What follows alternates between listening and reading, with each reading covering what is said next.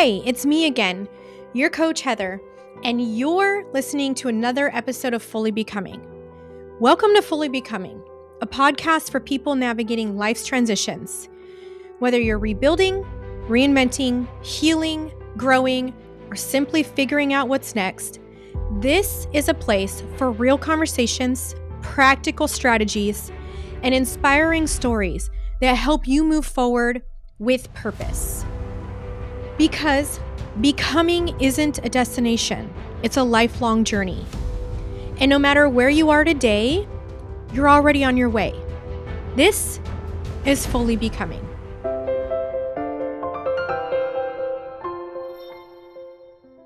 Have you ever noticed how easy it is to admire somebody else's life? We see the business owner. We see the woman who seems super confident, the healthy person, fit with glowing skin. We see the happy marriage. We see the person who feels financially secure. And without even realizing it, we start wishing we had what they have. But what we don't see is the work they made a conscious choice to put in. Thousands of tiny decisions, uncomfortable conversations, and sacrifice. And failures, setbacks, and tears. We don't see the discipline. We don't see the late nights. We don't see the early mornings. And we don't see the moments when nobody was clapping. Because every transformation has a price. And today I want to talk to you about something that isn't sexy. Something that doesn't fit neatly into a motivational quote. Something that most people don't want to hear. Changing our lives takes work. Real, hard work. And the moment that we stop pretending otherwise is the moment we become who we're meant to be. So, everyone wants the harvest. There is a quote often attributed to John Rohn. Don't wish it were easier. Wish you were better. I love that quote because it shifts responsibility back to where it belongs. Most people spend their energy wishing things were different, wishing circumstances would change, wishing life would get easier, wishing other people would behave differently. Wishing has never changed a life. Work is what changes lives. Nobody plants seeds on Monday and expects to harvest on Friday. Yet somehow, we expect personal growth to work that way. We want confidence after one difficult conversation. We want financial freedom after one budget session. And we want healing after one therapy session. We want a healthy body after 2 weeks in the gym. And life doesn't work like that. The harvest always comes after the work, always. So what is the price of transformation? One of my favorite stories is about Michael Jordan. Most people remember the championships, the trophies, the highlights, the fame. What many people forget is that he was cut from his high school varsity basketball team. Imagine that. Arguably, the greatest basketball player in history got told that he wasn't enough. That moment, that could have been an excuse. Instead, it became fuel. Jordan later said, I failed over and over and over again in my life, and that's why I succeed. Not because he was gifted, but because he kept working. Failure wasn't the end. Failure was part of the process. And the same is true for us. The people we admire aren't usually the most talented. They're often the people who stayed committed when everybody else quit. There is always work nobody sees. People celebrate the visual victory when nobody celebrates the invisible work. Nobody posts the photo of the panic attack that they worked through. Nobody posts the 100 job applications they submitted. Nobody posts the debt payoff spreadsheet. Nobody posts the nights they cried themselves to sleep after a breakup. Nobody posts the therapy appointments. Nobody posts the boundaries they had to set. Nobody posts the mornings they didn't feel motivated but showed up anyway. The work that changes your life is often incredibly boring. It's repetitive. It's mundane. It's quiet. It's doing the right thing long enough for results to finally catch up. I'll give you an example. Recently, I was promoted to a leadership role at my 9 to 5. And on the surface, it looks like an exciting announcement. People see the title. They see the congratulations. They see the achievement. But what they don't see is the 13 years that came before it. They don't see the loans that kept me up at night. They don't see the mistakes I made. They don't see the classes I taught. They don't see the volunteer leadership positions that took hours of my time. They don't see the uncomfortable conversations. They don't see the market shifts. They don't see the countless hours spent learning, reading, studying, growing, and figuring things out. Nobody wakes up one morning and magically is ready for a leadership role. You become ready because you've spent years doing the work. That's true in business. It's true in relationships. It's true in healing. It's true in life. The promotion wasn't the victory. The promotion was simply evidence of years of work that nobody saw. So what is the cost of staying the same? And here's the part nobody talks about. Growth is hard, but staying stuck is hard too. Being broke is hard. Getting financially disciplined is hard. Being unhealthy is hard. Learning healthier habits is hard. Being in a toxic relationship is hard. Leaving a toxic relationship is hard. Pick your hard, because there's no version of life that doesn't require effort. The question becomes, which hard leads somewhere better? Let me reveal the biggest myth. You have to feel ready. One of the biggest lies we tell ourselves is, I'll do it when I'm ready. No, you won't, because readiness isn't what creates action. Action is what creates readiness. Most people don't feel ready before they start a business, before they leave a marriage, before they buy a house. They don't feel ready before moving to a new city. They don't feel ready before starting therapy or changing careers or having children. They did it scared, and they did it uncertain, and they did it imperfectly. And somewhere along the way, they became ready. Confidence is usually the result of jumping in the deep end.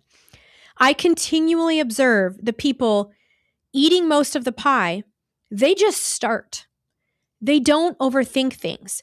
They think, I'll figure it out along the way. And guess what? You cannot skip the transition. Butterflies don't become butterflies overnight. There is a period where everything dissolves. Every familiar disappears. Everything will feel uncertain, and that's where most people quit. Not because they aren't capable, they quit because they're uncomfortable. But the discomfort is often evidence that growth is occurring. If you're building muscle, discomfort happens. If you're healing emotionally, discomfort happens. If you're learning a new skill, learning curve and discomfort happens. If you're creating a new life, discomfort happens. The discomfort, it's not proof you're failing. It's actually proof you're changing. One thing I wish more people talked about is how lonely growth can feel. Sometimes becoming means outgrowing. Outgrowing habits, outgrowing environments, outgrowing relationships, outgrowing versions of yourself. And there can be a season where you no longer fit your old life, but you haven't fully stepped into the new one. And that's a really lonely place to be. And nobody talks about how lonely growth is, but it's also sacred, because that's where identity is rebuilt. That's where courage gets developed. And that's where resilience gets forged. The bridge between who you were and who you're becoming, it's rarely crowded with others. It's typically just you. I'll tell you a story. 2025 was a super big year of loss for me. I felt like everything was changing at once. I lost my 19-year-old cat, which some people would roll their eyes at, but I loved that cat so much. Had him all 19 years of his life since he was a baby. And one day he was great, and the next day his insulin stopped working. Then my business partner decided to move out of the country. I was forced with the decision to either close my business or buy him out before I was ready. It felt like 2 losses back to back. And then 6 months later, my grandma's cancer came back and she passed away. And then a couple weeks after that, I filed for divorce. You see, relationships ended. Roles changed. Parts of my identity were being stripped away while new ones were being built at the same time. There were a lot of lonely moments. I had reconnected with somebody from deep in my past. And just a few months after reconnecting, it was all only to find out that we were never really on the same page to begin with. And for some reason, even after the biggest losses before, this loss felt so intense. This one brought back my fear of not being chosen. It enlightened me to the fact that this feeling was my biggest challenge with my marriage in the first place, that I never felt chosen. The business partner leaving, same thing.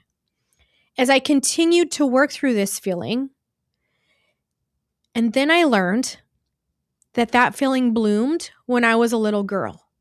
So why did this one person bring this out? Well, it's likely because that's about the time that we had connected in life in the first place. Regardless, this one hit really hard. And the second that this person exited my life is when I realized I was on my fucking own. I had to deal with the suppressed feeling of not being chosen. Reality didn't just hit me in the face. It was like a right hook to my cheek when my back was turned. And what I learned is that rebuilding, it isn't glamorous. It's not one brave moment. It's hundreds of brave moments. It's 1,000 tiny decisions made when nobody is watching. It's choosing yourself and your peace above and before anything else. Rebuilding your life takes work. Most of that time, the work is really quiet. And most of the time, that work is done in solitude. Nobody talks about how lonely growth is. But small actions change everything. James Clear talks about this in his book, Atomic Habits. We dramatically overestimate what we can do in a day, and we underestimate what we can do in a year. Most transformations don't happen because of one giant moment. They happen because of hundreds of tiny moments. One workout, one book chapter, one therapy session, one budget meeting, one difficult conversation, one prayer, one boundary, one healthy choice, repeated over and over long enough. The extraordinary life is usually built from ordinary decisions. So what are you willing to pay for? Every dream has a price tag. The question is, are you willing to pay for it? Not financially, but emotionally, mentally, physically, spiritually. What are you willing to sacrifice? What discomfort are you willing to endure? And what habits are you willing to release? Because your future isn't determined by what you want. It's determined by what you are willing to work for. So if you're in a season right now where life feels heavy, if you're trying to rebuild, if you're trying to heal, if you're trying to grow, I want you to remember something. The fact that it's hard doesn't mean you're doing it wrong. The fact that it's taking time doesn't mean it's not working. The fact that you're uncomfortable, it doesn't mean you're failing. Changing was never meant to be easy. It was supposed to be worth it.